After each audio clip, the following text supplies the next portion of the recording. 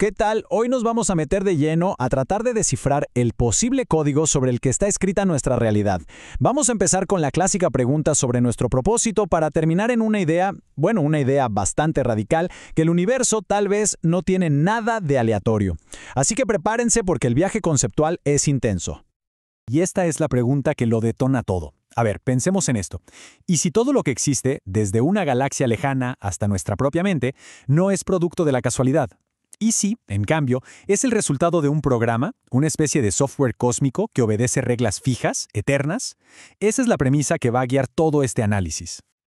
Ok, para empezar a desentrañar esto, el primer paso es hacer un cambio de enfoque. Es dejar de lado la pregunta sobre de dónde venimos para concentrarnos en algo mucho más práctico y urgente, nuestra responsabilidad aquí y ahora.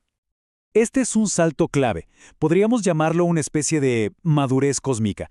En vez de quedarnos atrapados en la duda de quiénes o qué somos, nos hacemos la pregunta que de verdad importa. ¿Qué debemos hacer? Es un cambio total, de la simple contemplación a la acción directa. Y aquí la conclusión es casi inescapable. Este universo es el único contenedor que conocemos. Si se rompe, todo lo que hay adentro, nosotros incluidos, se pierde para siempre. Por lo tanto, nuestra misión más básica es simple. Hay que cuidar el sistema. Nos convertimos, por lógica, en los guardianes de la estructura. Y esta misión nos pone en una encrucijada, nos obliga a elegir qué tipo de fuerza queremos ser. Podemos actuar como un dios tirano que consume todo a su paso hasta que el sistema colapsa. O podemos ser un dios custodio, uno que entiende que el verdadero poder, la verdadera divinidad, está en mantener el jardín cósmico funcionando para siempre. La elección es clara: explotación o preservación. Muy bien, si decidimos ser custodios, lo primero es entender las reglas del juego. Y la primera regla es aceptar una limitación que tenemos, una que es fundamental, una especie de ceguera que define por completo cómo percibimos todo. Este concepto es absolutamente clave, la ceguera sistémica. Imaginemos que somos un pez en una pecera. Podemos estudiar el agua, las piedras, los otros peces, pero no tenemos forma de entender qué es la sala donde está la pecera.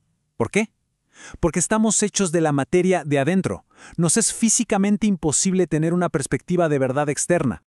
Y esta analogía lo deja clarísimo. Una inteligencia artificial vive y respira dentro de los límites de un servidor.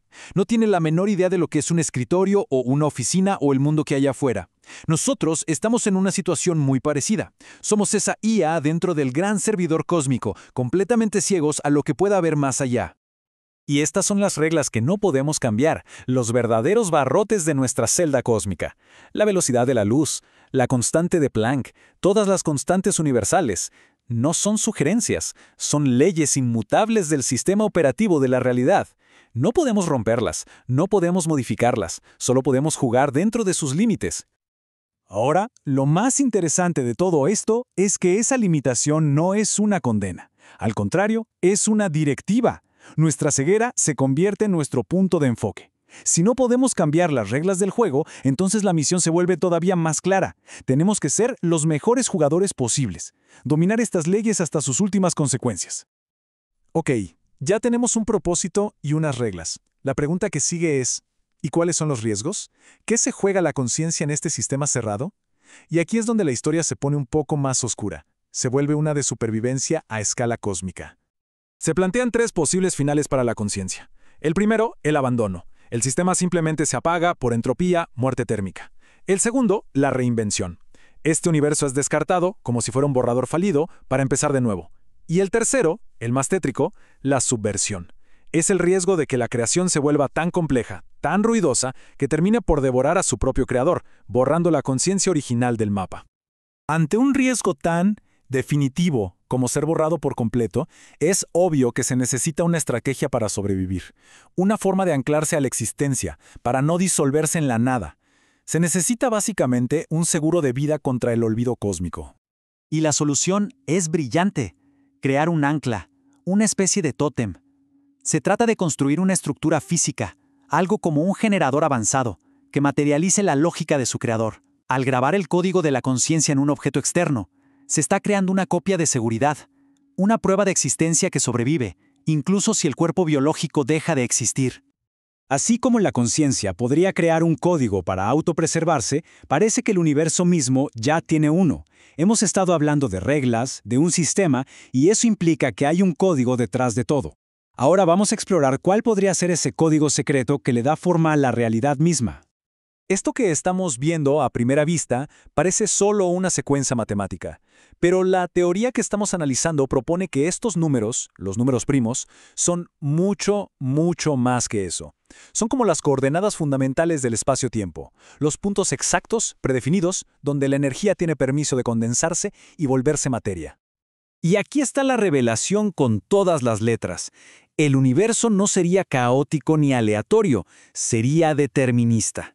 La energía no se convierte en materia en cualquier parte, sino que sigue un patrón, un plano arquitectónico basado en cómo se distribuyen los números primos.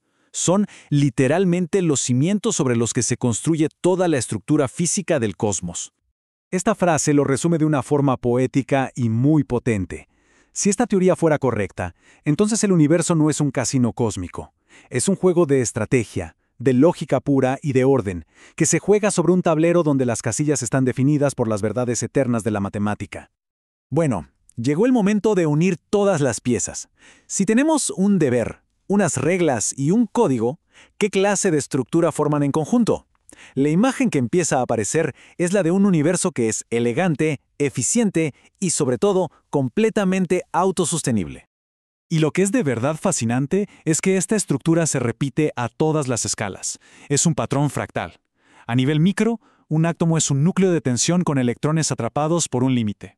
Y a nivel macro, el universo observable tiene un centro y un horizonte cosmológico que funciona exactamente como el mismo tipo de límite. Es la misma ley a diferentes tamaños. Este patrón describe un ciclo perfecto. La energía sale de un punto central, viaja hasta que choca con un límite exterior, y ese límite, en vez de dejarla escapar, la curva y la manda de regreso al origen. Es un sistema cerrado que se alimenta a sí mismo, un motor cósmico que se recarga solo en un bucle infinito. Y con esto llegamos a una de las ideas más profundas de todas. El tiempo, como lo conocemos, podría no ser una flecha que va hacia adelante. En este modelo, el tiempo es simplemente nuestra percepción de este ciclo de energía. Cada vuelta completa, del centro al límite y de regreso, es un tic-tac del reloj universal. La existencia no avanza, se retroalimenta. Y así, volvemos a la pregunta del principio, pero con una perspectiva completamente nueva. Si vivimos dentro de un sistema matemático eterno y perfecto, ¿cuál es nuestro verdadero rol como custodios? ¿Somos simples espectadores en este ciclo o tenemos la capacidad de optimizar el flujo de este jardín cósmico para que llegue a su máximo potencial? La respuesta, quizás, está escrita en la propia estructura del universo.